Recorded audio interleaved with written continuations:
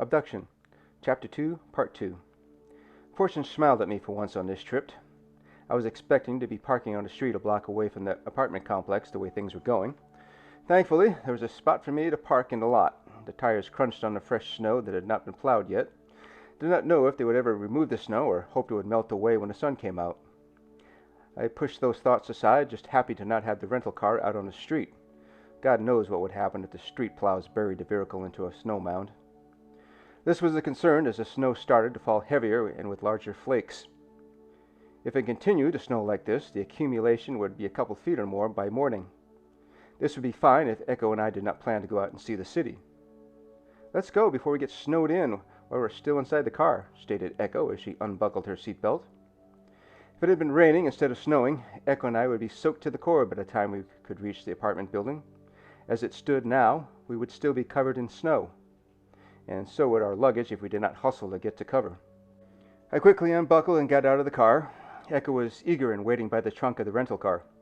The cold air slapped me across the head like I'd been bitch slapped by a pro wrestler. The weather reminded of the nor'easter type weather on the upper east coast of America I experienced in many North American winter. I wanted to get into the building and fast. Not wanting to waste time and turn into a popsicle, I pulled out our luggage one by one. Echo's bag felt like it weighed as much as a small car. I thought I might have pulled a shoulder muscle getting it out of the back. I'll leave it at that, and kept those thoughts to myself or risk getting into a useless argument. Echo and I had enough of those of late. And having traveled a lot, I knew what to pack and how to pack lightly. On the other hand, Echo was a woman, and they needed more things for traveling than we men do. Echo closed the trunk lid and started to walk toward the building. She carried her overnight bag and her purse, leaving me with the two suitcases. Getting angry over Echo's lack of help in lifting her own bag would be pointless. I took the slide like a grown-up man, grabbed the handles on both suitcases, and slogged my way through the snow that was quickly building up. A northern breeze kicked up the snow, sent a chill up my spine, and blew snow on my face.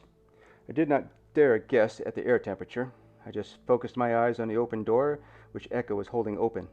I watched as the snow whipped into the empty chasm and danced in the doorway. I rushed in through the flurry and into the relative warmth of the atrium.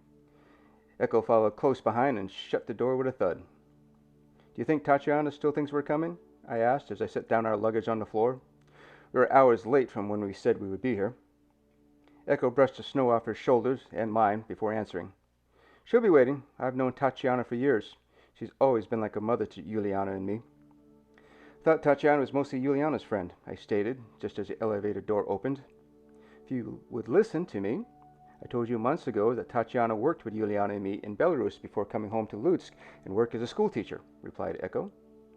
I grasped the handles on a suitcase and followed Echo into the elevator. My memory must be failing me because I do not remember when Echo mentioned anything about Tatiana being Juliana's friend, let alone both of them working with Tatiana during our time in Belarus. I would have to get my act together and start paying attention to what Echo says to me, although I don't think it's entirely my fault. "What does she teach?" I asked as Echo pushed the elevator floor button. "I believe she's teaching high school science class, among other courses," replied Echo, seemingly forgetting about how she scolded me.